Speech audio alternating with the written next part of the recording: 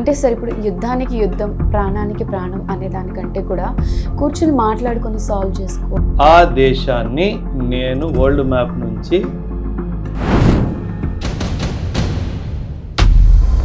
ఈ విషయం మనం పాకిస్తాన్కి 99లోనే చెప్పాం. ఇప్పుడు కూడా మనం యుద్ధం కోరుకోం. మనం ఏం చేసాము, hour government has not declared war on Pakistan. All India రేడియోలో వచ్చి announce there is a national emergency అన్నట్టుగా ఇట్ విల్ బి డిక్లేర్డ్. అది జరగలేదు అంటే పెహల్గాంలో ఇంత పెద్ద ఇన్సిడెంట్ జరిగిన తర్వాత బార్డర్లో ఉన్న సెక్యూరిటీ ఏమైంది? సో ఇంటెలిజెన్స్ ఒక ఇన్సిడెంట్ జరిగింది అంటే ఒక ఇన్సిడెంట్ని మనం ఆపలేకపోయాం, అంతేగాని దాన్ని ఆర్మీ ఫెయిల్యూర్ లాగా మాట్లాడడం అనేది తప్పు. When we started climbing to take over our post, they started firing. పాకిస్తాన్లో మనం కొన్ని అటాక్ చేయడం వల్ల అణుబాంబు లీక్ అయింది, దానివల్ల అక్కడ ఉన్న వాళ్ళకి క్యాన్సర్స్ వస్తాయి. Pakistan army, Pakistan polity, Pakistan ISI, Pakistan media దుర్మార్గులు. అంటే పాకిస్తాన్ దగ్గర ఉన్న ఇప్పుడు ఒక పెద్ద ఆయుధం అంటే న్యూక్లియర్ బాంబ్స్ ఇవి చూపించుకొని వాళ్ళు ఎప్పుడు లేదండి. పాకిస్తాన్ ఏ రోజైతే ఇండియా మీద అణుబాంబు యూజ్ చేసిందో ఆ రోజు పాకిస్తాన్ డెత్ డే. ఎలాగైతే బర్త్డే ఉందో 14th August 1947, ఆ రోజు తర్వాత మీకు పాకిస్తాన్ వరల్డ్ మ్యాప్ లో కనిపించింది. దగ్గరగా మీకు బాగా కదిలించిన సిచ్యువేషన్ చాలా ఉన్నాయి ma'am.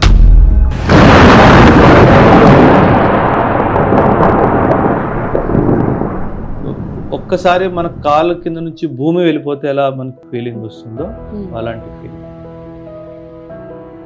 That was the day I personally felt it was my last. ఒక 7 minutes చావుని దగ్గరగా చూసాము అన్నట్టుగా ఆ ఫీలింగ్ నాకు ఎప్పటికీ ఉండిపోయింది అలా. ఎందుకంటే అంత దగ్గర నుంచి మీ పక్క నుంచి బుల్లెట్స్ వెళ్తున్నాయి, అసలు ఎక్కడి నుంచి వస్తుందో తెలియట్లేదు అన్న కండిషన్లో ఒక 5-7 minutes ఉంది. దేశం కోసం ప్రాణాలు అర్పించిన ఎంతోమంది వీర జవాన్లు ఉన్నారు. రీసెంట్గా మురళీ నాయక్ గారిది కూడా మనం చూసాం. వాళ్ళ పేరెంట్స్ని చూసినప్పుడు మీకు ఏమనిపించింది? వాళ్ళ ఫ్యామిలీకి మీరు ఏం చెప్తారు? Ma'am, see the loss of a son, ఆ వాక్యూమ్ని ఎవ్వరూ ఫిల్ చేయలేరు. ఒక వీర సైనికుడిలాగా దేశం కోసం తన ప్రాణాలని కూడా త్యాగం చేశాడు అంటే అదొక supreme sacrifice. We should be together as one to tell that parents మేము మీకున్నాము. Hello guys, welcome to UTV. నేను మీ నందు. ఇవాళ మనతో పాటు ఉన్న స్పెషల్ గెస్ట్ మేజర్ ఓబ్రాయ్ గారు అండ్ ఇండియన్ ఆర్మీలో 10 years సర్వ్ చేసి ఇప్పుడు ఐఏఎస్ అకాడమీ కూడా రన్ చేస్తున్నారు. మరి సార్తో మాట్లాడి ప్రజెంట్ ఇండియాలో జరుగుతున్న సిచ్యువేషన్స్ గురించి తెలుసుకుందాం. నమస్తే సార్. నమస్తే మ్యామ్, జై హింద్. సార్, యాక్చువల్గా ఇండియన్ ఆర్మీ అంటే ఒక real hero of the country అని మేమంతా అనుకుంటాం. ఇటువంటి సిచ్యువేషన్లో చాలామంది జవాన్లు ఇబ్బంది పడడం, చనిపోవడం చూసాం. అసలు ఈ ఇన్సిడెంట్, ఈ యుద్ధం ఎంతవరకు కరెక్ట్ అని మీరు అనుకుంటున్నారు? యుద్ధం ఎప్పుడూ కరెక్ట్ కాదు. కాకపోతే మన నైబర్కి ఇంకొక భాష అర్థం కాదు కాబట్టి యుద్ధం చేయాల్సిన అవసరం వస్తుంది. ఓకే, మనము యుద్ధం వద్దనుకున్నాం కాబట్టి 1986లో టెర్రరిజం స్టార్ట్ అయినా ఇప్పటి వరకు ఓర్పుకుంటూ వస్తున్నాం. యుద్ధం వద్దు అని అనుకున్నాం కాబట్టి ఇంకా వాళ్ళు హద్దులు మీరిపోతున్నారు కాబట్టి మనకి యుద్ధానికి వెళ్ళాల్సిన అవసరం వస్తుంది. యుద్ధం మంచిదా కాదా అంటే సమయం బట్టి, సందర్భం బట్టి, కారణం బట్టి, ఏ రీజన్తో మనం యుద్ధానికి వెళ్తున్నామో దాని ప్రకారంగా యుద్ధం కరెక్టా కాదా అని నిర్ణయిస్తాం. సో ఒకవేళ ఇంక వేరే మార్గాలు లేవు, డిప్లొమసీ ఫెయిల్ అయిపోయింది, మనం పెట్టుకున్న ఫిర్యాదులు ఫెయిల్ అయిపోతున్నాయి, వాడికి అర్థం కావట్లేదు అన్నప్పుడు ఇంక ఖచ్చితంగా ఒకటే దారి మిగులుతుంది, అది యుద్ధం. అప్పుడు యుద్ధం ధర్మానికి అవుతుంది.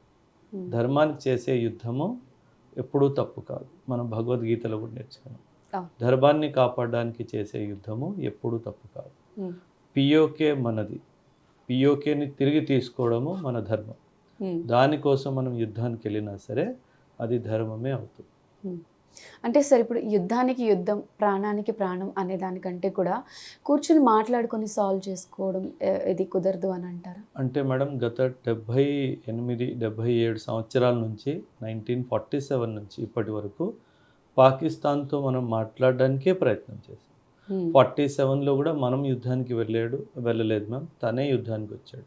1965లో కూడా మనం యుద్ధానికి వెళ్ళలేదు, తనే యుద్ధానికి వచ్చాడు.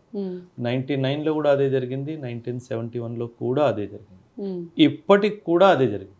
ఇప్పుడు కూడా మనం యుద్ధం కోరుకోవట్లేదు.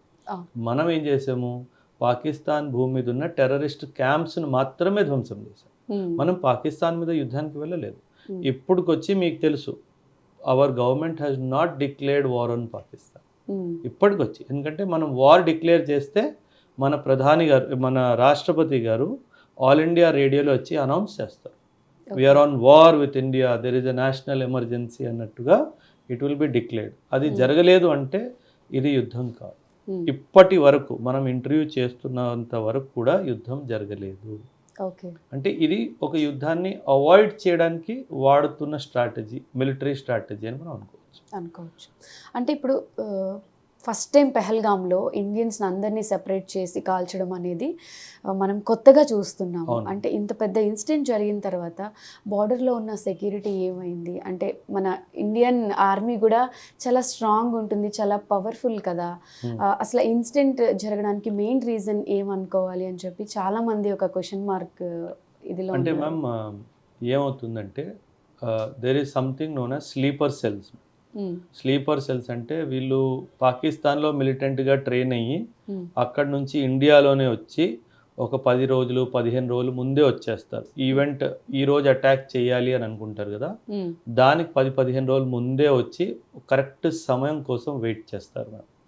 సో ఇంటెలిజెన్స్ ఫెయిల్యూర్ అయితే ఉంది, మీరు అన్నట్టుగా మిలిటరీ ఇంటెలిజెన్స్ ఫెయిల్యూర్ అయితే ఖచ్చితంగా ఉంది. కాకపోతే ఎంతవరకు ఆర్మీని మనం బ్లేమ్ చేయాలా అన్నది పెద్ద క్వశ్చన్ మార్క్. మనం ఇన్ఫిల్ట్రేషన్ ఎవ్రీ డే ట్రై చేస్తారు, ఎవ్రీ మూమెంట్ ట్రై చేస్తారు. ఒక ఇన్సిడెంట్ జరిగితే that is one of the success of terrorist. కానీ టెర్రరిస్ట్ ఏంటి, 24 hours ప్రయత్నిస్తున్నాడు ఏదో ఒకటి చెయ్యాలి అని చెప్పేసి. మీకు నాకు ఎప్పుడు తెలుస్తుంది, ఒక ఇన్సిడెంట్ అవుతేనే తెలుస్తుంది, అవ్వకుండా చాలా ఇన్సిడెంట్స్ని ఆపుతున్నారు. సో మనం చూసినప్పుడు ఒక ఇన్సిడెంట్ జరిగింది అంటే ఒక ఇన్సిడెంట్ని మనం ఆపలేకపోయాం, అంతేగాని దాన్ని ఆర్మీ ఫెయిల్యూర్ లాగా మాట్లాడడం అనేది తప్పు. ఎందుకంటే మన ఎనిమి డిసైడ్ చేసుకున్నాడు ఇంకా ఇండియా మీద టెర్రరిజం చేయాల్సిందే అనేసి. సో నిరంతరం ప్రయత్నం చేస్తూనే ఉన్నాడు. సో 100 ప్రయత్నాలు చేస్తే ఒక్క ప్రయత్నంలో సక్సెస్ఫుల్ అయ్యాడు, ఆ ఒక్క ప్రయత్నం పహల్గామ్. సో దాన్ని బట్టి మన కౌంటర్ స్ట్రాటజీ మళ్ళీ డిసైడ్ అవుతుంది. ఇప్పుడు పహల్గామ్ తర్వాత కూడా టెర్రరిస్ట్ అటాక్స్ జరుగుతున్నాయి కదా, నిన్న కూడా జరిగింది ఒక టెర్రరిస్ట్ అటాక్. అంటే వీళ్ళు నిరంతరం ప్రయత్నం చేస్తున్నారు. సో మనం ఈ విషయాన్ని గమనించి దాన్ని బట్టి మనం మన యాక్షన్ తీసుకోవాలి. సో మిలిటరీని ఖచ్చితంగా intelligence failure is to be blamed on the army only. కాకపోతే ఎంతవరకు వాళ్ళ మీద బ్లేమ్ మనం చేయడం అన్నది ఒక ఆలోచన. సార్ మా చిన్నప్పుడు కార్గిల్ యుద్ధం జరిగింది అని చెప్పి మేము వింటూ ఉండేవాళ్ళం. అండ్ ఇప్పుడు పెహల్గామ్ ఇన్సిడెంట్కి అప్పుడు కార్గిల్ యుద్ధంకి డిఫరెన్స్ ఏముంది sir? Kargil was not a terrorist attack. Pahalgam ఇప్పుడు మీరు యుద్ధం అంటున్నారు, కాకపోతే అది యుద్ధం కాదు. పెహల్గామ్లో మనం చేసిన రిటాలియేషన్, మిలిటరీ రిటాలియేషన్ అనొచ్చు. ఇది as a result of terrorist attack. కానీ కార్గిల్లో జరిగింది టెర్రరిస్ట్ అటాక్ కాదు. కార్గిల్, ద్రాస్, బటాలిక్ ఇవి చాలా చలి ప్రదేశాలు. వింటర్స్లో ఆ హైట్లో పోస్ట్లో ఉండడం అంత సాధ్యం కాదు. అంటే it's very tough to stay there on the post. So 95-96లో మనము పాకిస్తాన్ ఒక ఒప్పందానికి ఏమొచ్చామంటే, వింటర్ రాగానే నేను ఇండియాలో ఉన్న ల్యాండ్ మౌంటైన్స్ నుంచి నేను నా ట్రూప్స్ని కింద తీసుకొస్తాను, నువ్వు నీ ట్రూప్స్ని కింద తీసుకెళ్ళిపో అని చెప్పేసి 95-96లో ఒక ఒప్పందానికి వచ్చాను. వీళ్ళు ఏం చేశారు, అలా 96-97లో పాటించారు. 98లో వింటర్స్ రాగానే ఇండియన్ ట్రూప్స్ కింద దిగారు, పాకిస్తాన్ ట్రూప్స్ కింద దిగలేదు. అండ్ మనల్ని మోసం చేస్తూ ఏం చేశారంటే, వాళ్ళు కింద దిగకపోవడం ఒక విషయము, మన పోస్టులు కూడా ఆక్యుపై చేశారు. సో మనం నెక్స్ట్ ఇయర్ 99 ఏప్రిల్ మే ఎండలు ఎప్పుడైతే సమ్మర్ సీజన్ వస్తుందో, when we started climbing to take over our post, they started firing us. Okay. And ఎంత తెలివిగా మేడం, దుర్మార్గత్వం చూడండి వాళ్ళది. They did not make their army to sit on the post. వాళ్ళు ఏం చేశారు, ఇట్లా లష్కర్స్, ట్రైబల్స్ వీళ్ళందరినీ వెపన్స్ ఇచ్చి వాళ్ళని కూర్చోబెట్టారు. సో దాట్ ఒకవేళ రేపు యుద్ధం జరిగినా సరే 99లో దే కెన్ టెల్. పాకిస్తాన్ ఏం చెప్తుందంటే నిన్న ఆర్మీ తెలియదు, నాకు తెలియదు ఎవరు కూర్చున్నారు. సో అంత క్రూరంగా ఆలోచించే కంట్రీ మేడం. సో ఒక ఒప్పందం చేసుకున్న తర్వాత మంచి పాకిస్తాన్ని ట్రస్ట్ చేయడానికి లేదు. నేను ఎప్పుడు చెప్తాను, నేను ఒక నాగుపామునైనా నమ్ముతాను కానీ పాకిస్తాన్ని మాత్రం నమ్మను. మనం సీజ్ ఫైర్ పాకిస్తాన్ అన్నది కాబట్టి ఇప్పుడు మనం ఊరుకున్నాము. నిన్న కూడా దాడి జరిగింది, మొన్న కూడా దాడి జరిగింది. వాడు మనిషి కాదు మేడం. మనిషి అన్న తర్వాత మాట మీద నిల్చుంటాడు. పాకిస్తాన్ అసలు దేశమే కాదు, అక్కడ మాట ఇచ్చిన వాళ్ళు మనుషులే కాదు. ఈ టెర్రరిస్ట్ అటాక్లు జరుగుతూనే ఉంటాయి. సో పాకిస్తాన్ని నమ్మడానికి వీల్లేదు. కార్గిల్ వార్ 99 మన పోస్టు వాళ్ళు అన్యాయంగా ఆక్యుపై చేసుకున్నారు కాబట్టి వాళ్ళని తరిమేయడానికి మనం ఆడిన ఒక కాన్ఫ్లిక్ట్ అంటారు దాన్ని. మనం చేసిన ఒక కాన్ఫ్లిక్ట్ అది. వార్కి కాన్ఫ్లిక్ట్కి చాలా తేడా ఉంది. వార్ మనం పాకిస్తాన్లో లాస్ట్ 1971 అయింది. Kargil is not a war, it is a limited scale offensive, అంటే ఒక కాన్ఫ్లిక్ట్ లాంటిది.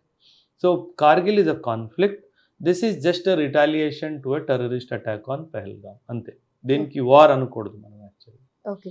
అంటే ఇప్పుడు చెప్తున్నారు కదా సార్, పాకిస్తాన్లో మనం కొన్ని అటాక్ చేయడం వల్ల అణుబాంబు లీక్ అయింది, దానివల్ల అక్కడ ఉన్న వాళ్ళకి క్యాన్సర్స్ వస్తాయి. అంటే ఈ ఇన్సిడెంట్ని మీడియా కూడా కరెక్ట్గా ప్రజలకి ప్రొజెక్ట్ చేస్తుంది అనుకోవచ్చా? Pakistan media madam, Pakistan army, Pakistan polity, Pakistan ISI, Pakistan media, నలుగురికి నలుగురు దుర్మార్గులు, వెధవులు. So there is something known as information warfare. యుద్ధం జరిగినప్పుడు ట్రూప్స్ ఫైట్ చేసే బ్యాటిల్ ఒకటి, పొలిటీషియన్స్ ఫైట్ చేసే బ్యాటిల్ ఒకటి, మీడియా ఫైట్ చేసే బ్యాటిల్ ఇంకోటి. వీళ్ళు ఇన్ఫర్మేషన్ వార్ఫేర్లో నిపుణులు. Like they claimed that we have shot down India's fighter jets also. They have claimed that మేము ఇండియాది S-400 మిజైల్ కూడా ధ్వంసం చేశాము. సో వీళ్ళు ఇన్ఫర్మేషన్ వార్ఫేర్తో వాళ్ళ ప్రజల్ని సంతోషపెట్టడానికి ఇలాంటివి చెప్తా ఉంటారు. CNN ఇంటర్నేషనల్ మీడియా కదా మేడం, పాకిస్తాన్ డిఫెన్స్ మినిస్టర్ సిఎన్ఎన్తో మాట్లాడుతున్నప్పుడు క్లెయిమ్ చేశాడు, మేము Pakistan fighter jets and Indian fighter jets and S-400 మిజైల్ని ధ్వంసం చేశాము. సో CNN రిపోర్టర్ వెంటనే అడిగిందామా, వాట్ ఈస్ ద ప్రూఫ్ అని అడిగింది. Our social media is the proof అని. అంటే ఒక డిఫెన్స్ మినిస్టర్ అయి ఉండి అసలు ఎంత బుద్ధి లేని స్టేట్మెంట్ ఇచ్చాడు ma'am. How can a defence minister say our social media is showing that the attack is successful? అంటే మీరు సోషల్ మీడియాతో దేశం నడుపుతున్నారా? ఇప్పుడు మనం ఏ విధంగానైతే ఆల్మోస్ట్ ప్రతిరోజు డిఫెన్స్ స్పోక్స్ పర్సన్ వచ్చి జనాలతో మాట్లాడుతున్నాడు, నిన్న ఇది జరిగింది, మేము ఇది చేసాము, దాన్ని బట్టి గవర్నమెంట్ వెబ్సైట్లో రిపోర్ట్ కూడా మొత్తం సబ్మిట్ అవుతుంది, ఎవ్రీ డే అవుతుంది. అది పద్ధతి లేని కంట్రీ మేడం. వాళ్ళ దగ్గర మనం ఏం ఎక్స్పెక్ట్ చేస్తాము? న్యూక్లియర్ బాంబు, మనం చేసిన బాంబు దాడిలో న్యూక్లియర్ బాంబు లీక్ అయింది, ఇది మళ్ళీ ఫేక్ న్యూస్. 100%. ఎందుకంటే ఇది అయ్యుంటే ఈ పాటికి ఇంటర్నేషనల్ కమ్యూనిటీ మొత్తం ఇన్వాల్వ్ అయిపోవాలి కదా మేడం. సో వీళ్ళు ఏంటంటే వాళ్ళ ప్రజల సహానుభూతి తెచ్చుకోవాలి అన్న ఉద్దేశంతో లీక్ అయింది, ఇప్పుడు మీకు క్యాన్సర్ అవుతుంది, దీనికి బాధితురాలు ఇండియా. సో ఈ క్రియేషన్ చేయడానికి మాత్రమే వీళ్ళు చేసే అదో పని, ఈ ఫేక్ న్యూస్ క్రియేట్ చేస్తారు. సో జనాలు కూడా మూర్ఖులు. దేశమే అలా ఉంటే ఇంక జనాలు ఎలా ఉంటారు? So we don't have to worry. And అది నిజంగానే జరిగింది అనుకుందాం for a second, then you deserve it. అది నిజమే అనుకుందాం ఫర్ ఎ సెకండ్, మంచిది జరిగింది. ఆబ్వియస్లీ నేను ఎక్కడ దాడి చేశాను? నేను నీ మిలిటరీ ఇన్స్టలేషన్స్ దగ్గర దాడి చేశాను కదా. ఆ మిలిటరీ ఇన్స్టలేషన్లో న్యూక్లియర్ బాంబ్ ఎందుకుంది? అంతే కదా. న్యూక్లియర్ బాంబ్ అక్కడ ఉంది అంటే నువ్వు అది నా మీద వాడడానికే తెచ్చావు కదా, అక్కడ ఉండకూడదు. అది అక్కడ ఉంది అంటే నువ్వు నా మీద వాడడానికే తెచ్చావు. అయితే అక్కడ ఒకవేళ నేనే దాన్ని పేల్చాను అనుకో, వెరీ గుడ్. సో అది నిజమైనా మనకు మంచిదే, అది ఫేక్ అయినా మనకు సంబంధం. ఓకే. అంటే పాకిస్తాన్ దగ్గర ఉన్న ఇప్పుడు ఒక పెద్ద ఆయుధం అంటే న్యూక్లియర్ బాంబ్స్ ఇవి చూపించుకొని వాళ్ళు ఎప్పుడు మేము అటాక్ చేస్తాము అనే భయంతో ఒక ఇది క్రియేట్ చేస్తూ ఉంటారు. అసలు ఇప్పుడు ఈ ఇన్సిడెంట్ జరుగుతుంది కాబట్టి వాళ్ళు అది నిజంగా పాడవకుండా ఉంటే అది యూజ్ చేసే ఛాన్సెస్ ఉన్నాయనుకోవచ్చా? లేదండి, పాకిస్తాన్ ఏ రోజైతే ఇండియా మీద అణుబాంబు యూజ్ చేసిందో ఆ రోజు పాకిస్తాన్ డెత్ డే, ఎలాగైతే బర్త్డే ఉందో 14th of August 1947, అదేవిధంగా ఆ రోజు పాకిస్తాన్ డెత్ డే. ఆ రోజు తర్వాత మీకు పాకిస్తాన్ వరల్డ్ మ్యాప్లో కనిపించదు. ఎందుకంటే మేడం గుజరాత్, వెస్ట్ బెంగాల్, నా west to east spread, Ladakh, Kanyakumari, నా నార్త్ సౌత్ స్ప్రెడ్. ఎంత పెద్ద దేశం మేడం. వాడు ఒక బాంబు వేసినా సరే ఓకే, ఒక 10 kilometers, 20 kilometers, 100 kilometers దాని ఎఫెక్ట్ ఉంది అనుకుందాం. నేను రిటర్న్ వేసింది వాడు తట్టుకోగలడా? That is what our nuclear policy says, complete destruction. నా మీద ఏ దేశమైనా అణుబాంబు వాడితే ఆ దేశాన్ని నేను వరల్డ్ మ్యాప్ నుంచి ఇరేజ్ చేసేస్తాను. ఈ విషయం మనం పాకిస్తాన్కి 99లోనే చెప్పాం. వాజ్పేయి గారు చెప్పారు, పర్వేజ్ ముషర్రఫ్ పాకిస్తాన్ ప్రెసిడెంట్ ఉన్నప్పుడు, నువ్వు కొడతావేమో ఒకటి పర్వాలేదు, ఒకటి కొట్టుకో, నేను తట్టుకుంటాను ఏదో విధంగా, నేను వేసిన దాన్ని బట్టి వరల్డ్ మ్యాప్ నుంచి పాకిస్తాన్ తొలగిపోతుంది అని ఆ భయం పాకిస్తాన్కి ఉంది మ్యామ్. అందుకే ఎప్పుడైతే మీరు న్యూక్లియర్ బ్లఫ్ గురించి పాకిస్తాన్లో మాట్లాడతారో డిఫెన్స్ పర్సనల్ ఎప్పుడు మాట్లాడరు. రైల్వే మినిస్టరో, ఇన్ఫర్మేషన్ బ్రాడ్కాస్టింగ్ మినిస్టరో, అగ్రికల్చర్ మినిస్టరో వీళ్ళు మాట్లాడతారు తప్పితే ఆర్మీ పర్సన్ ఎప్పుడు మాట్లాడు. ఎందుకంటే వాడికి తెలుసు ఇక్కడ మన దగ్గర ఉన్న అన్ని తుపాస్ బాంబులు, అక్కడ నుంచి వచ్చే అన్ని స్ట్రాటజిక్ బాంబర్స్ వస్తాయి, మన అస్తిత్వం చెరిగిపోతుంది అన్న క్లారిటీ పాకిస్తాన్ ఆర్మీ వాడుకుంది. అందుకే వాడు ఆ స్టేట్మెంట్, న్యూక్లియర్ బ్లఫ్ స్టేట్మెంట్ ఎప్పుడు వాడు.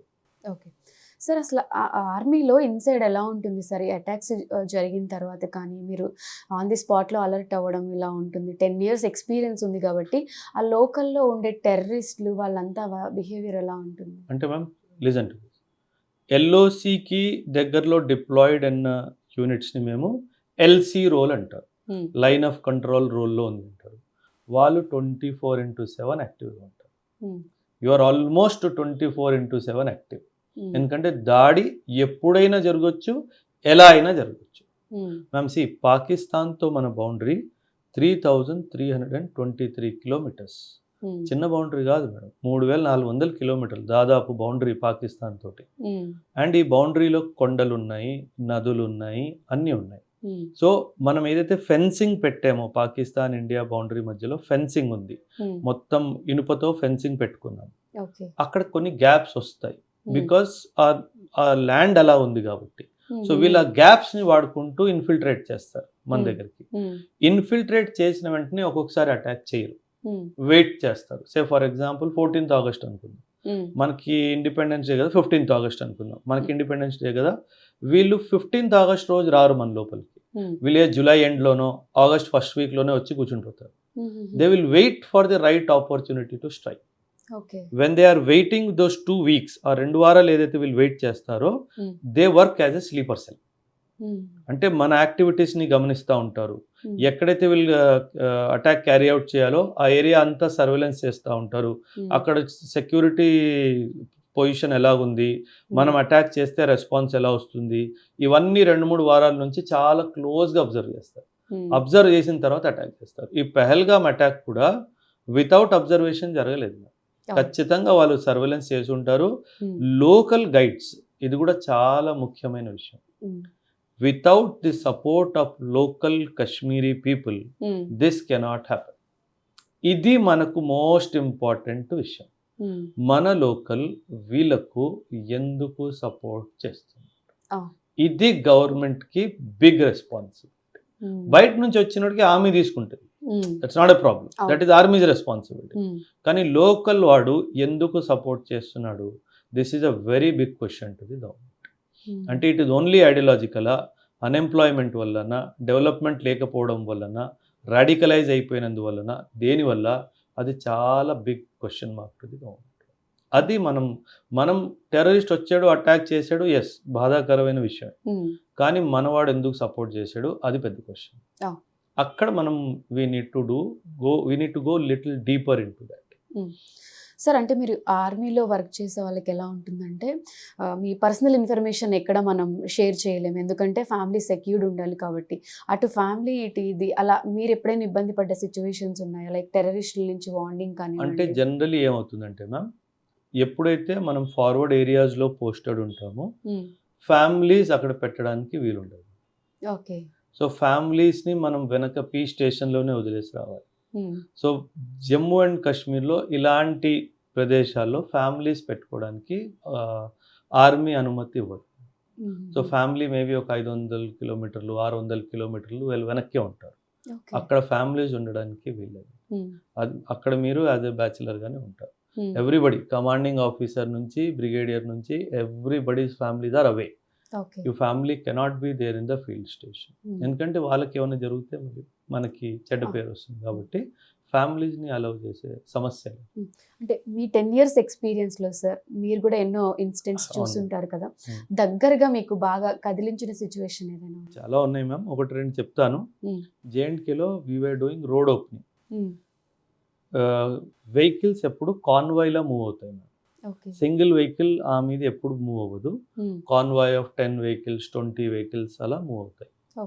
కాన్వాయ్ మొత్తం మూవ్ అయ్యే ముందు ఒక point A to point B vehicles వెళ్ళాలనుకోండి, ఒక 20 kilometer స్ట్రెచ్ 30 kilometer స్ట్రెచ్ అనుకుందాం.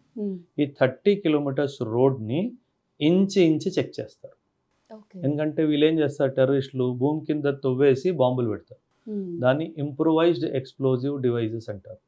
So before the convoy moves there is a party that will check the entire road. దాన్ని రోడ్ ఓపెనింగ్ పార్టీ అంటారు, ఆర్ఓపి అంటారు. సో ఒకసారి నేను రోడ్ ఓపెనింగ్లో ఉన్నప్పుడు ఒక 50-60 అడుగులు మేము ఇక్కడ చెకింగ్ చేస్తున్నాము, 50-60 అడుగుల ముందు బాంబు పేలింది 100%. So that was the closest I went to a bomb explosion. అంటే ఒక్కసారి మన కాళ్ళ కింద నుంచి భూమి వెళ్ళిపోతే ఎలా మనకి ఫీలింగ్ వస్తుందో అలాంటి ఫీలింగ్.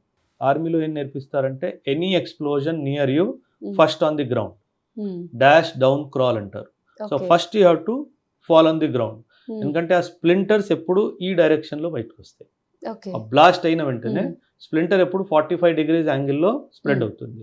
మనం భూమి మీద ఉండిపోతే స్ప్లింటర్ మన పై నుంచి వెళ్ళిపోతుంది. అదే మనం పరిగెట్టామనుకోండి ఖచ్చితంగా మనకి ఏదో ఒక చిన్న ఐరన్ ఇనుము ఏదైనా వచ్చి తగిలితే చచ్చిపోతాం, బికాజ్ ఆ స్పీడ్లో రిలీజ్ అవుతుంది కాబట్టి. So that was one closest bomb experience which I had witnessed 2007లో.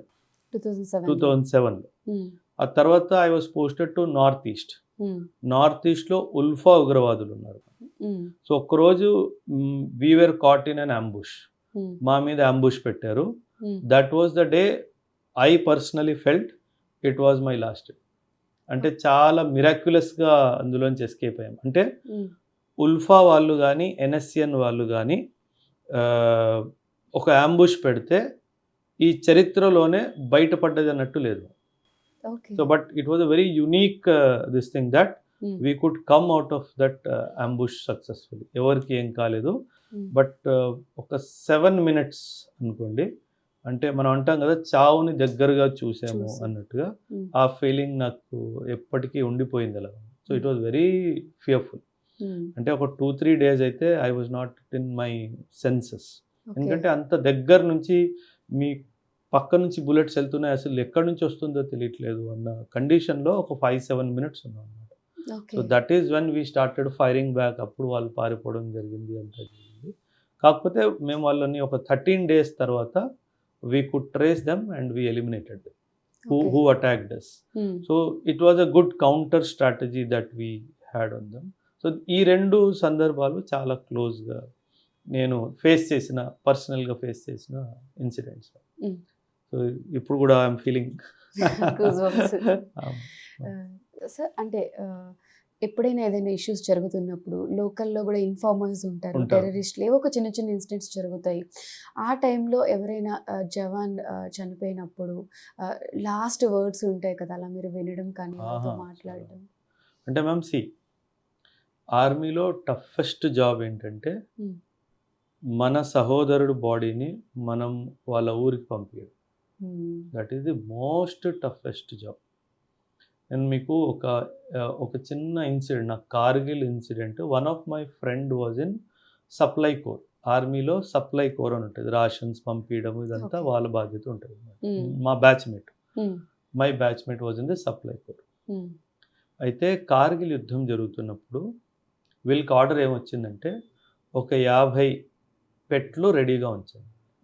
పెట్లు ఏంటి? డెడ్ బాడీస్, సోల్జర్ డెడ్ బాడీస్ని తీసుకెళ్ళడానికి పనికొస్తాయి. వాటిని మనం కాఫిన్స్ అంటాం. ఒక 50 కాఫిన్స్ రెడీగా ఉంచండి ఎప్పటికీ అన్నట్టుగా వాడికి ఆర్డర్స్ వచ్చాయి. తను ఏఎస్సి డిపోలో కార్పెంటర్స్ ఉంటారు, కార్పెంటర్స్ని పిలిచి 50 బాక్సెస్ రెడీగా పెట్టండి అన్నట్టుగా అన్నారు. అయితే కార్పెంటర్స్ మేము ఈ పని చెయ్యము అన్నట్టుగా అన్నారు. అదేంటి, మనకు ఆర్డర్స్ ఉన్నాయి కదా రెడీగా పెట్టమన్నారు అంటే, మనకి ఇంతమంది మన సైనికులు చనిపోయారు అని తెలిసిన తర్వాతనే మేము పెట్టి తయారు చేస్తాం, మేము ముందు నుంచే పెట్టి తయారు చేసి పెట్టాము అంటే సీ దట్ ఫీలింగ్. అంటే ఎవరో నా సైనికుడు చనిపోతాడని చెప్పి నేను పెట్టి తయారు చెయ్యను. So see that spirit of service. అంటే దో తను బార్డర్లో ఫైట్ చెయ్యకపోయినా మానసికంగా ఫైట్ చేస్తున్నాడు.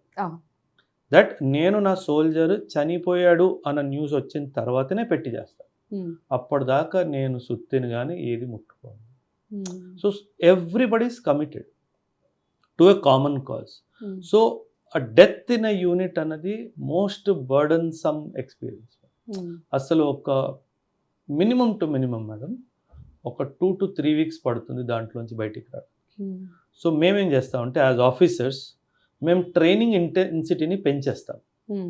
అస్సలు ట్రూప్స్కి రెస్ట్ ఇవ్వకుండా, ఎందుకంటే వాళ్ళ మైండ్ ఫ్రీ ఉందనుకోండి మైండ్ అట్టే పోతుంది కాబట్టి ఇంకా ఎక్స్టెన్సివ్ ట్రైనింగ్, ఇంకా స్ట్రెస్ఫుల్ ట్రైనింగ్ ఇస్తాం.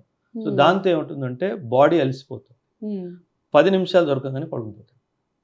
సో ఆ ఫీలింగ్లో ఉండడు, ఆలోచించే టైం ఇవ్వకుండా అస్సలు. అండ్ దేని వల్ల అయితే ఆ డెత్ అయిందో వాడి వెనకాతలు వెళ్తాం.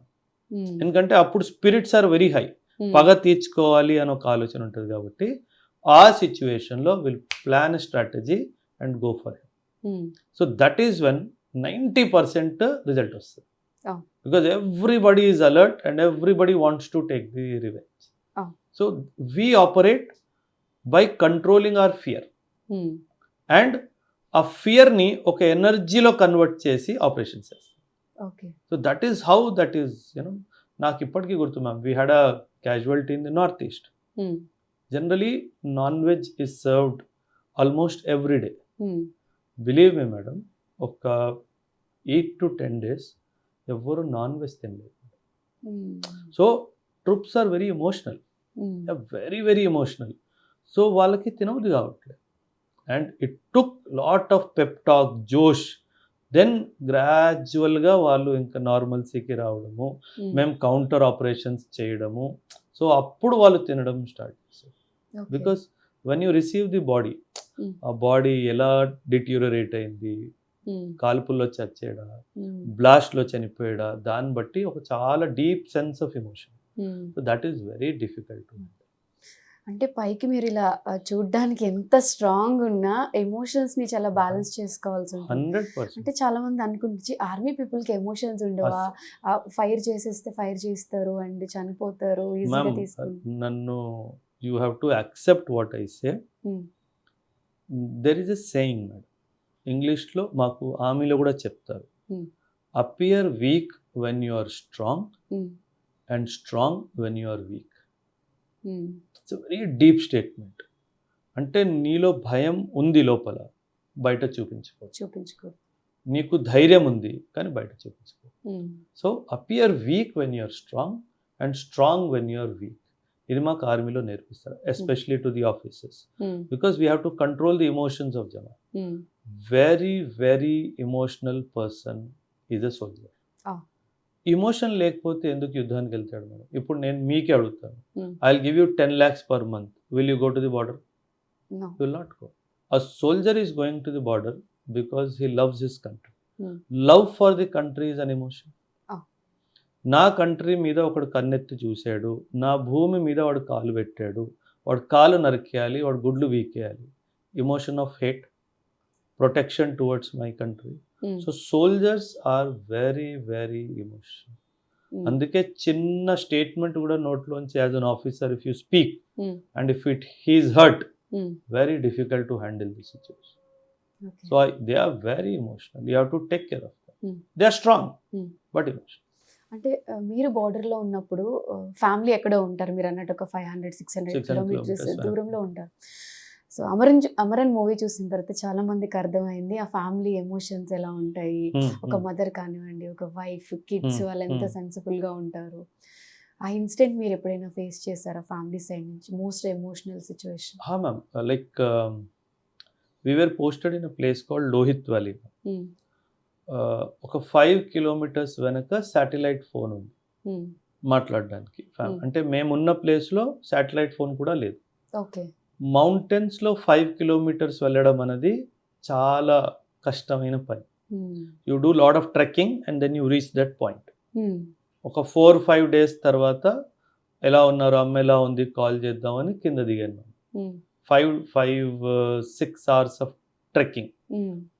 అక్కడికి వెళ్తే ఒక కాల్ కోసం 6 hours trekking. So it is very close by actually. So ఆ శాటిలైట్ ఫోన్ బూత్ దగ్గరికి, అంటే it is run by the army only. Okay. So అక్కడికి వెళ్ళంగానే సార్ ఈరోజు శాటిలైట్ ఫోన్ కూడా పనిచేయట్లేదు. సో ఆ రోజు అనిపించింది లైక్ ఏంటిది, అమ్మ ఎలా ఉందో, it's been 5-6 days I have not asked her. అంటే అప్పుడు వార్ సిచ్యువేషన్ ఏం లేదు మ్యామ్. జనరలీ మిమ్మల్ని ఎవరైనా ఈ పని చేయొద్దు అని ఆపితే ఆ పని చేయాలని ఎక్కువ అనిపిస్తుంది. And when you walked for 5-6 hours in mountains to make a call to your mother and phone did not happen, the desire to call is much more. ఇంకా మాట్లాడాలి అన్న ఒక ఫీలింగ్ ఇంకా స్ట్రాంగ్గా వస్తుంది. దారి లేదు మరి. అండ్ ఐఎమ్ అన్ ఆఫీసర్, నాతో పాటు ఒక 10 మంది జవాన్లు కూడా వచ్చి ఉంటారు. వాళ్ళు కూడా మాట్లాడలేకపోయారు. సో ఐ హ్యావ్ టు నా ఎమోషన్ని వెనకబెట్టి ఒక జాయ్ఫుల్ ఎమోషన్ని ముందు తీసుకొచ్చి వాళ్ళందరితో జాయ్ఫుల్గా ఉండి మళ్ళీ తిరిగాలి. So your emotion you are completely controlling and controlling his emotion also. And then you are taking because వాడు మూడ్ ఆఫ్లో మళ్ళీ పోస్ట్కి రాకూడదు, వాడు ఫుల్ ఎనర్జీతో పోస్ట్కి రావాలి. So imagine how difficult it is. So this is as a soldier that motivating spirit will. Okay.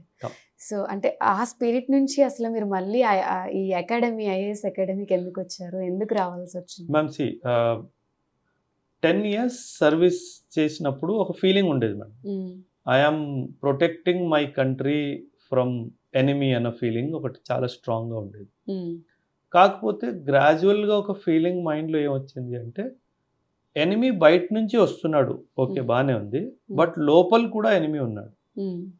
So ఆ ఎనిమీని కంట్రోల్ చేయాలి అంటే మంచి స్వభావం, మంచి మనస్తత్వం ఉన్న వాళ్ళు బ్యూరోక్రసీకి రావాలి. సో ఆ ఉద్దేశంలో మనము మంచి మైండ్ సెట్తో యూత్ని తయారు చేయాలి అన్న ఉద్దేశంతో పెట్టిందే ఏకమ్ ఐఏఎస్ అకాడమీ. సో 2022లో నేను ఈ అకాడమీ పెట్టాను. బట్ 2014-15 నుంచే ఫుల్ ఫ్లెష్డ్గా నేను క్లాసెస్ తీసుకోవడం స్టార్ట్ చేశాను వేరే వేరే ఇన్స్టిట్యూట్స్లో. హైదరాబాద్లో, చెన్నైలో, బెంగళూరులో, ఢిల్లీలో, గువాహటీలో ఇలా క్లాసెస్ తీసుకునేవాడిని.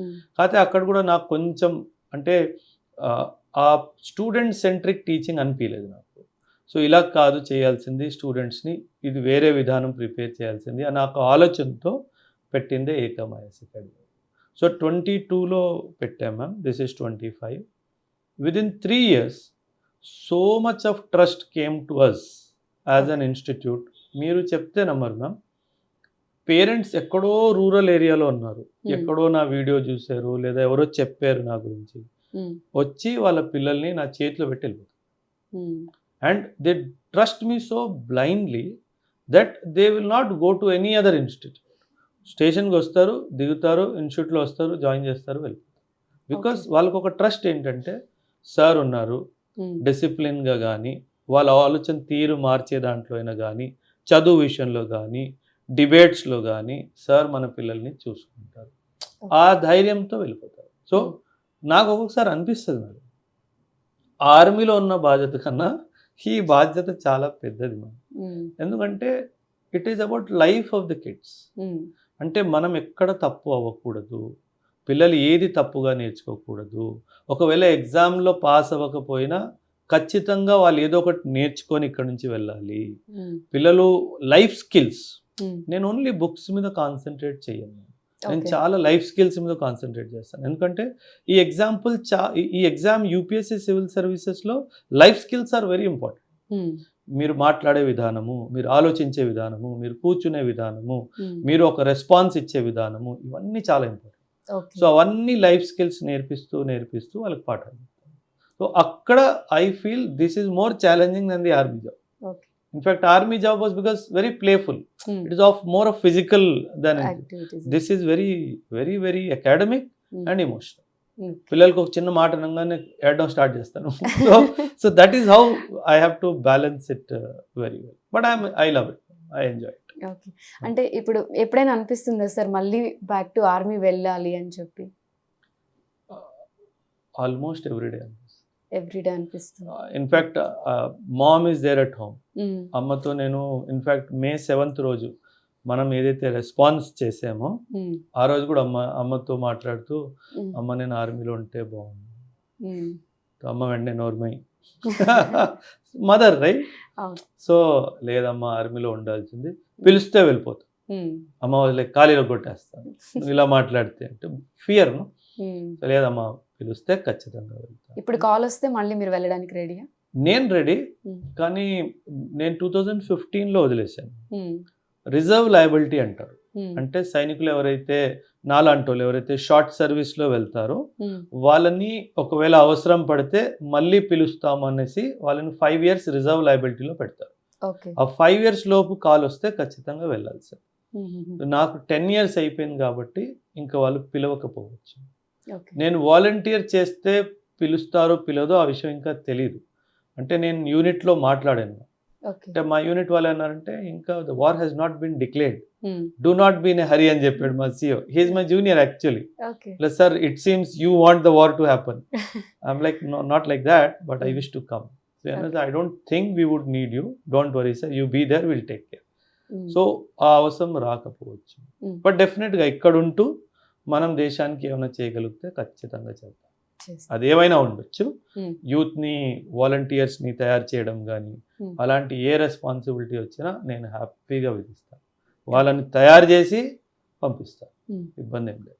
ఓకే సార్, అసలు వార్లో పాకిస్తానీ జవాన్కి కానీ ఒక దీన స్థితిలో మనం చూస్తే అప్పుడు మనం జాలి చూపిస్తామా, లేకపోతే ఆ టైంలో ఎలా ఉంటుంది? Ma'am, India is the only country in the world which fights war on ethical grounds.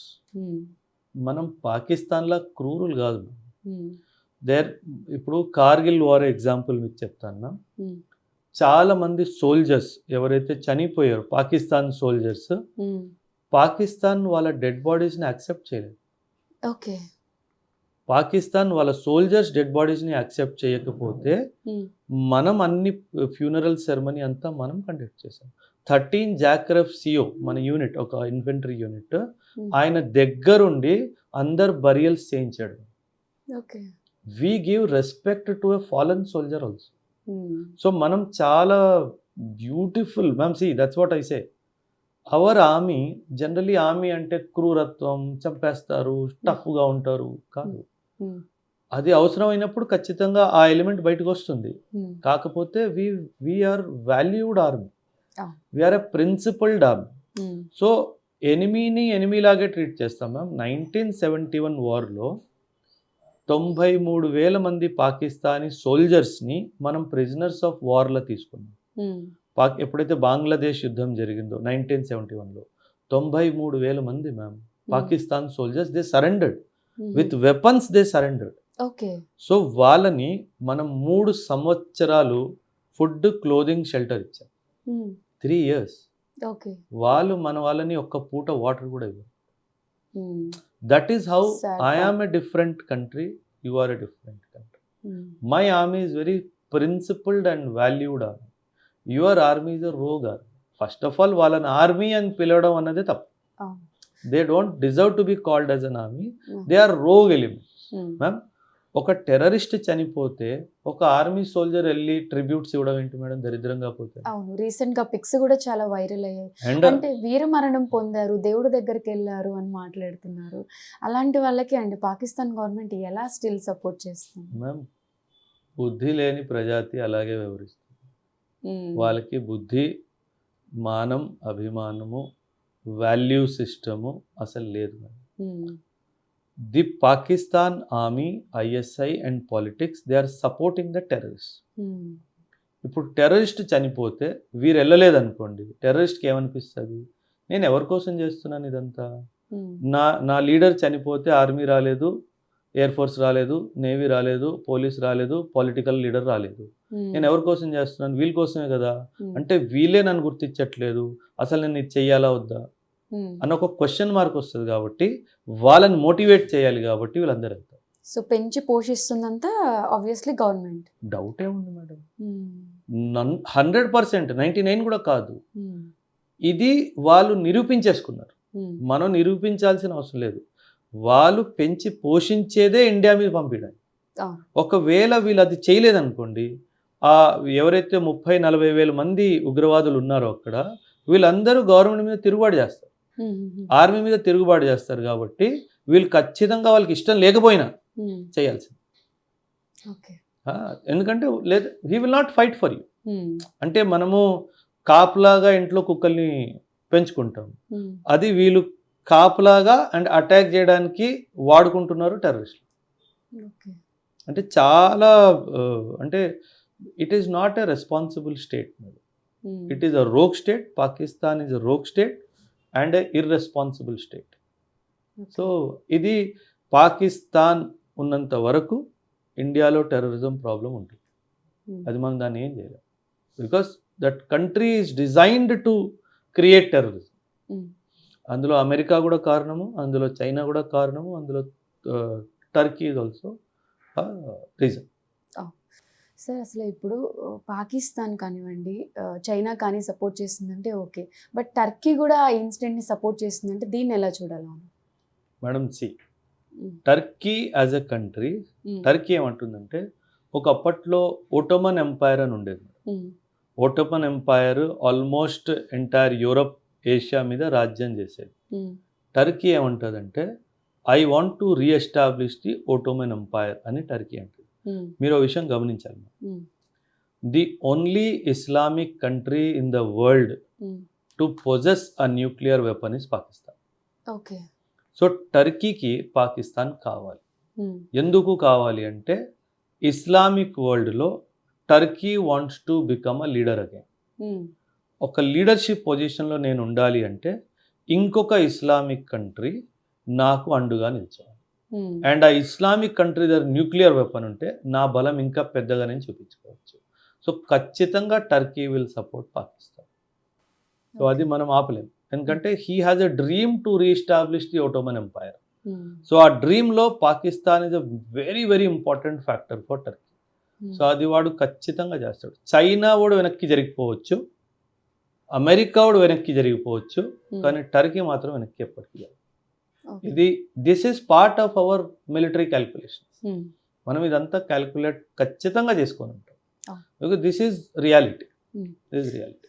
So ఈ ఇన్సిడెంట్లో ఇప్పుడు అమెరికా కూడా ఇన్వాల్వ్ అయ్యి మధ్యలో ఏదో సంధి కుదురుస్తాము అన్నట్టుగా మాట్లాడారు. అసలు అమెరికా గురించి మీ ఒపీనియన్ ఏంటి పర్సనల్? అమెరికా గురించి నా ఒపీనియన్ అంత బాగోదు madam, because ma'am see, America is a country that will create war like situations and it will trade in that war-like situation.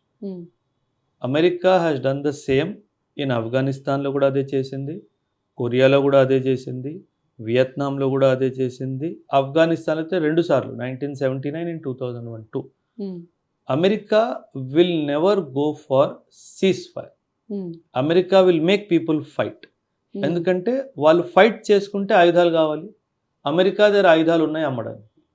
So he will fight, he will make countries fight. Okay. And he will sell weapons to both the countries. అంటే వాళ్ళు వ్యాపారం కోసం business దేశాల్ని నాశనం చేశారు, జనాల ప్రాణాలనైనా వాళ్ళు అసలు లెక్కలో తీసుకోరు. Because for them it is only about money and money through weapons. That's పాకిస్తాన్కి అమెరికా సపోర్ట్ అంటారా?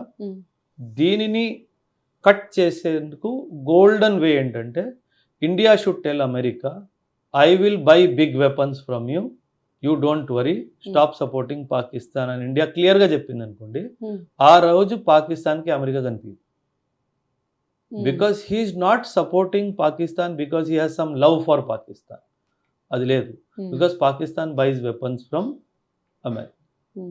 ఇప్పుడు నేనే ఆ వెపన్స్ కొంటాను, నువ్వు దిగులు పడకు, ఎంత 100 కోట్ల 1000 కోట్ల 1,00,000 కోట్ల నేనే కొంటాను, పాకిస్తాన్కి ఇవ్వడానికి అవసరం లేదు, నేనే కొనేస్తానని చెప్పాను అనుకోండి, అమెరికా వైపు వచ్చి మనం వెనకించుంటాం.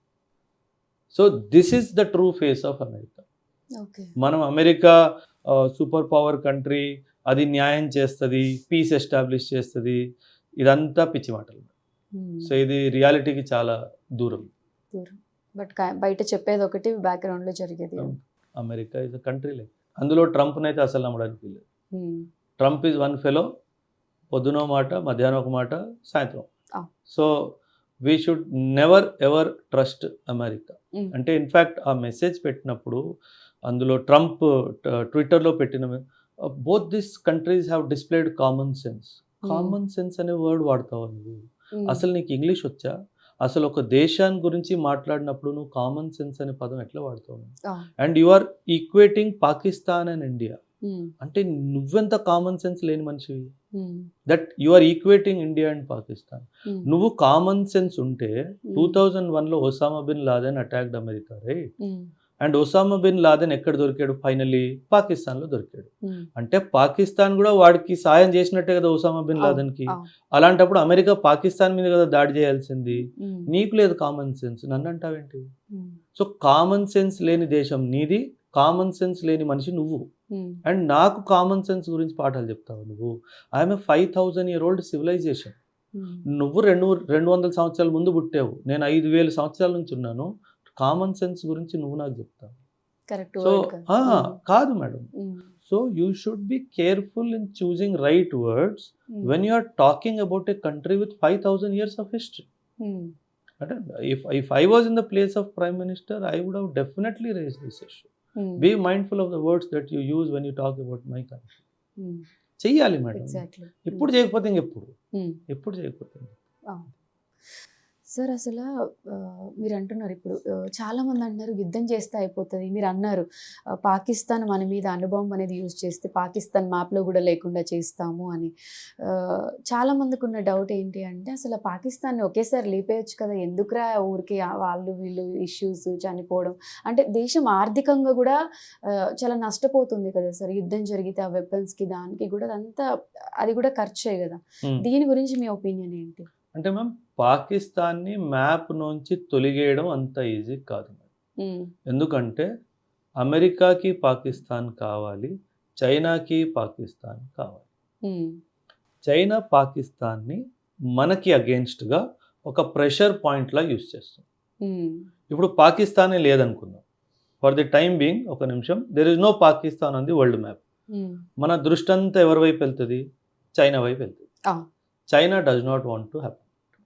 చైనా ఏమంటాడంటే నువ్వు పాకిస్తాన్ వైపు చూడు, నేను నీతో ట్రేడ్ చేస్తా, వాడికి సపోర్ట్ చేస్తా, నిన్ను సపోర్ట్ చేయి.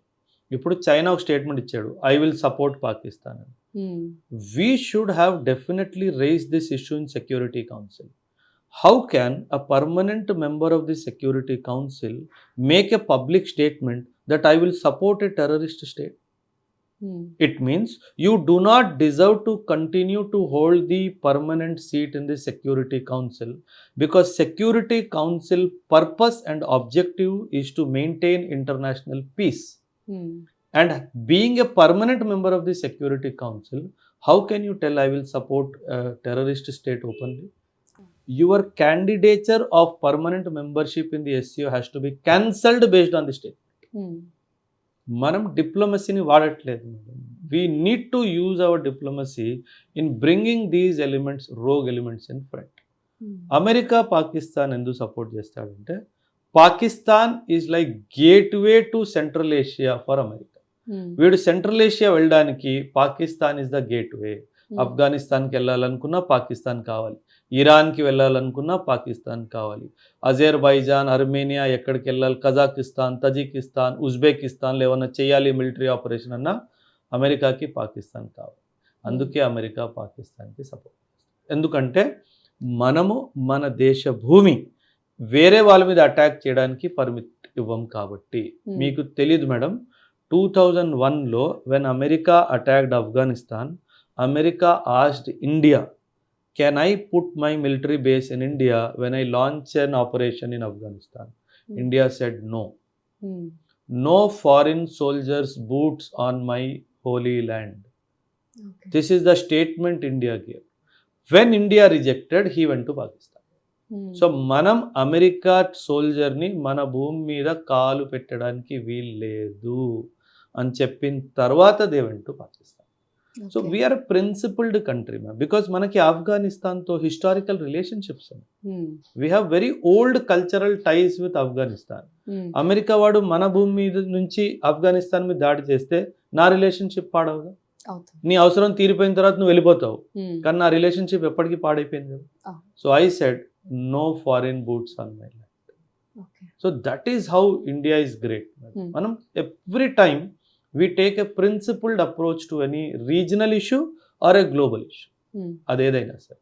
ఓకే సార్, లష్కరే తైబా, జైష్ మహమ్మద్, అసలు వీళ్ళంతా వీళ్ళ గురించి తెలుసుకోవాలి, వీళ్ళంతా ఒక్కటేనా అనే ఫీల్ ఉంటుంది. వీళ్ళ గురించి మీకు లేదు మేడం, ఖచ్చితంగా ఒకటి కాదు.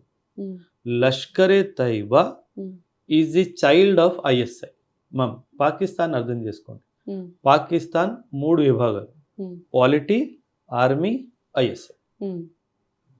ఐఎస్ఐ వాళ్ళు పెంచుతున్న కుక్క పేరు లష్కరే తైబా.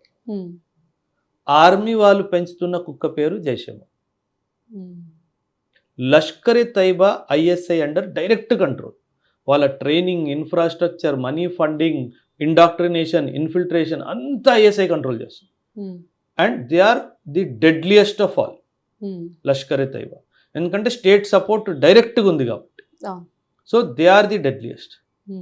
జైషే మొహమ్మద్ అంటారా, వీళ్ళు ఇండిపెండెంట్గా వర్క్ చేస్తారు. అంటే వీళ్ళ ఓన్ టెర్రరిస్ట్ క్యాంప్స్ ఉంటాయి, వాళ్ళ టెర్రరిస్ట్ హెడ్ క్వార్టర్స్ ఉంటారు, వాళ్ళ ట్రైనింగ్ అంతా జరుగుతుంది. కాకపోతే వీళ్ళ మీద పాకిస్తాన్ ఆర్మీ బ్లెస్సింగ్ ఉంటుంది. అంటే మీరు ఏమైనా చేసుకోండి, మేము ఉన్నాము, డోంట్ వరీ అన్నట్టు. సో ఇప్పుడు ఏమవుతుందంటే, ఒక యూనిఫార్మ్డ్ సర్వీస్ ఆర్మీ పాకిస్తాన్, ఒక ఇంటెలిజెన్స్ సర్వీస్ ఐఎస్ఐ 2 కుక్కల్ని పెంచుకుంటుంది. ఒక కుక్క పేరు ఎల్ఈటి, ఒక కుక్క పేరు జైషే మొహమ్మద్.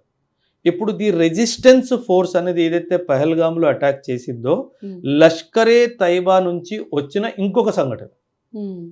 సో ఈ ఐఎస్ఐ డైరెక్ట్గానే లష్కరే తైబా, దాని డైరెక్ట్ కంట్రోల్లో ఉన్నది ద రెసిస్టెన్స్ ఫోర్స్. సో వాళ్ళు దాడి చేశారు. ఇంకొకటి వీళ్ళు పెంచుకున్నారు, అది హర్కతుల్ ముజాహిదీన్, HUM అంటారు. ఈ HUM ఏంటంటే మన కశ్మీర్ యూత్ పిల్లల్ని తీసుకెళ్ళి అక్కడ ట్రైనింగ్ చేపించి మళ్ళీ తిరిగి తీసుకొస్తారు. అందుకే HUM వాళ్ళు ఎక్కువ కశ్మీర్లో అటాక్ చేయరు. ఎందుకంటే వాళ్ళకు ఒక ఫీలింగ్ ఉంటుంది, నేను ఇక్కడే పుట్టి పెరిగాను, నేను ఇక్కడ అటాక్ చేయడం ఏంటి అన్నది. So they will not give any directions to HUM to attack on Kashmir. HUM టెర్రరిస్టులు వచ్చేసి ఢిల్లీ మీద అటాక్ కానీ, హైదరాబాద్ మీద అటాక్ కానీ, బెంగళూరు మీద అటాక్ కానీ చేస్తారు. సో ఆ HUMని కూడా వీళ్ళు ఎందుకు చేసుకున్నారంటే, అప్పట్లో మనం చాలా పాకిస్తాన్ని డిఫేమ్ చేసాము, నీ భూమి మీద టెర్రరిస్టులు వస్తున్నారంటే. సో ఇది క్యాన్సల్ చేయడానికి పాకిస్తాన్ ఏం చేసిందంటే, టెర్రరిస్టులు నా భూమి నుంచి కాదు, నీ భూమి నుంచే వస్తున్నారు అని చెప్పి ప్రూవ్ చేయడానికి కశ్మీరీ యూత్కి డబ్బులు ఇచ్చి తీసుకెళ్ళి ట్రైనింగ్ చేయించి వాళ్ళని టెర్రరిస్టులా మార్చారు. సో వీళ్ళు ఇండియా మీద పాకిస్తాన్కి ఈర్ష్యం.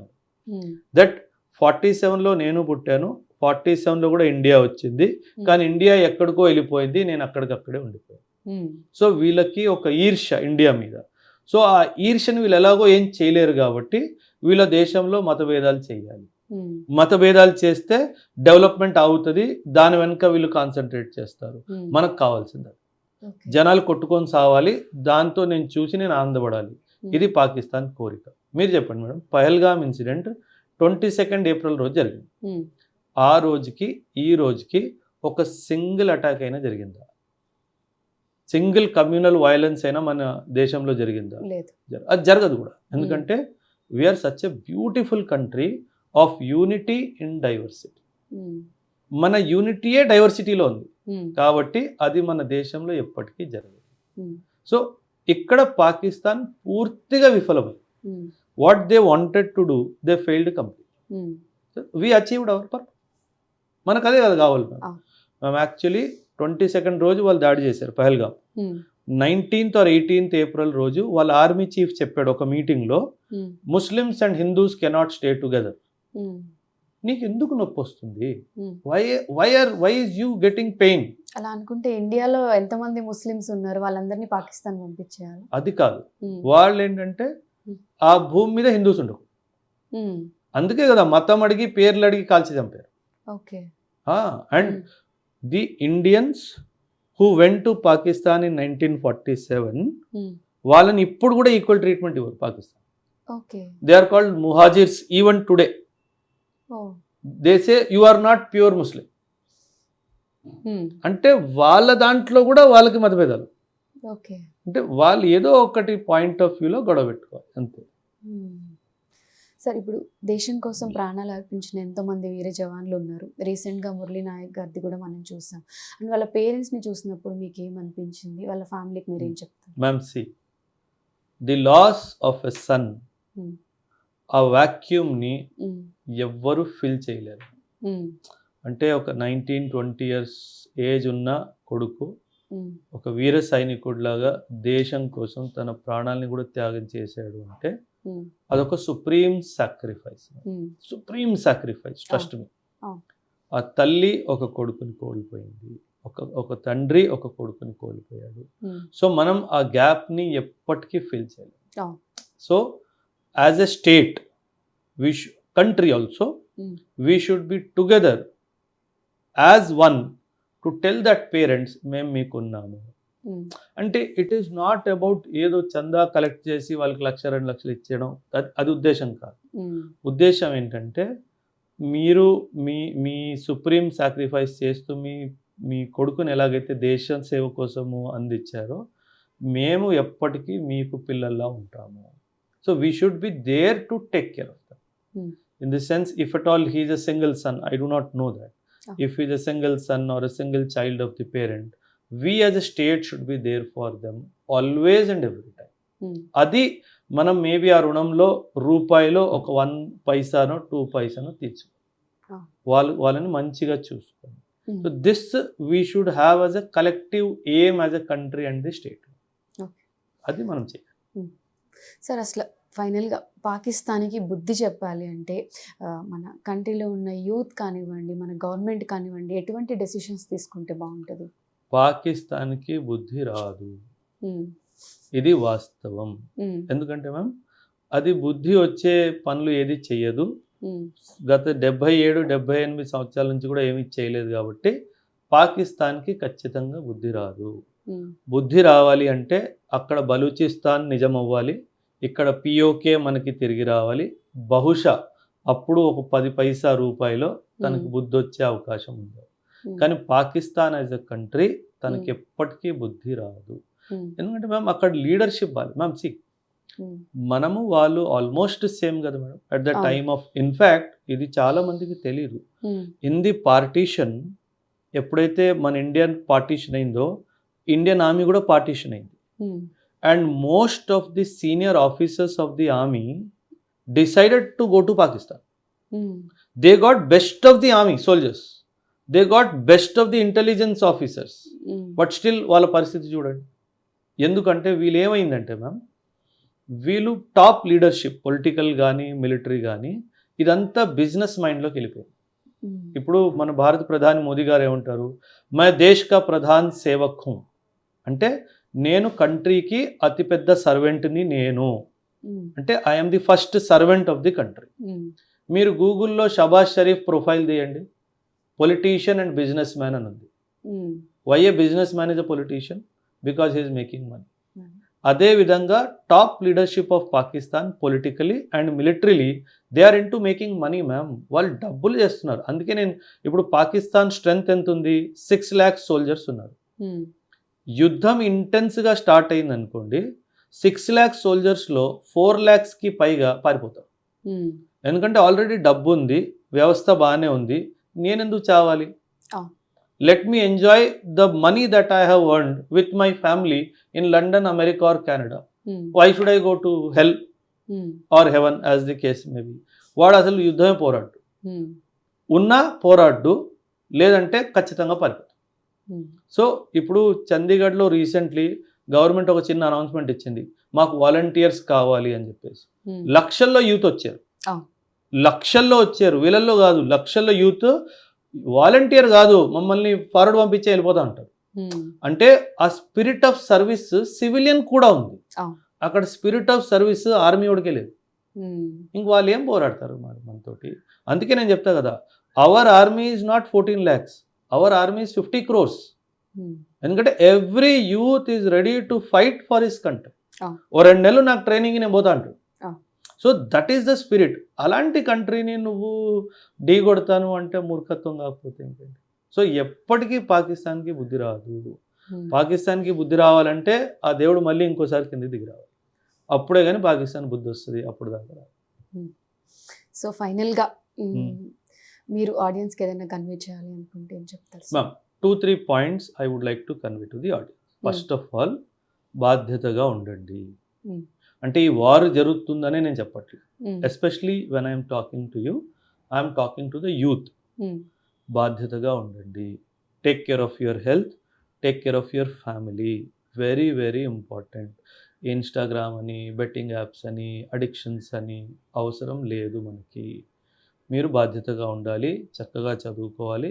చదువు రాకపోయినా సరే, ఏ వ్యవసాయమైనా, ఏ ఆక్యుపేషన్లోనైనా మీరు ఉత్తీర్ణ అయ్యేటట్టు మంచి ట్రైనింగ్ ఎక్కడైనా తీసుకొని ఒక బాధ్యత గల పౌరుడిగా ఉండాలి. Then only your family is safe, then only your country is safe. రెండో విషయానికి వస్తారా, ఈ వార్ సిచ్యువేషన్లో ఏదైనా ఇన్స్ట్రక్షన్స్ గవర్నమెంట్ నుంచి వస్తే దాన్ని ఖచ్చితంగా పాటించాలి. ఎయిర్ సైరన్స్ మోగినప్పుడు అందరూ వాళ్ళ వాళ్ళ ఇళ్లలో ఉండడము, బ్లాక్అవుట్స్ ప్రకటించినప్పుడు ఖచ్చితంగా దాన్ని పాటించడము, ఇవన్నీ మాత్రం ఖచ్చితంగా చేయాలి. సో మనం ఒక రెస్పాన్సిబుల్ ఆర్మీయే కాదు, ఒక రెస్పాన్సిబుల్ కంట్రీ అని కూడా యావత్ ప్రపంచానికి మనం తెలియజేయాలి. అందులో youth will play a very very important role. Sir చాలా చక్కగా తెలియని అప్డేట్స్ అన్నీ చెప్పారు. And as a soldier, army people అంటే మాకు ఎంతో రెస్పెక్ట్. అండ్ ఇంత వాల్యుబుల్ టైం మాకు ఇచ్చినందుకు thank you so much. Thank you very much ma'am. Thank you and Jai Hind to all.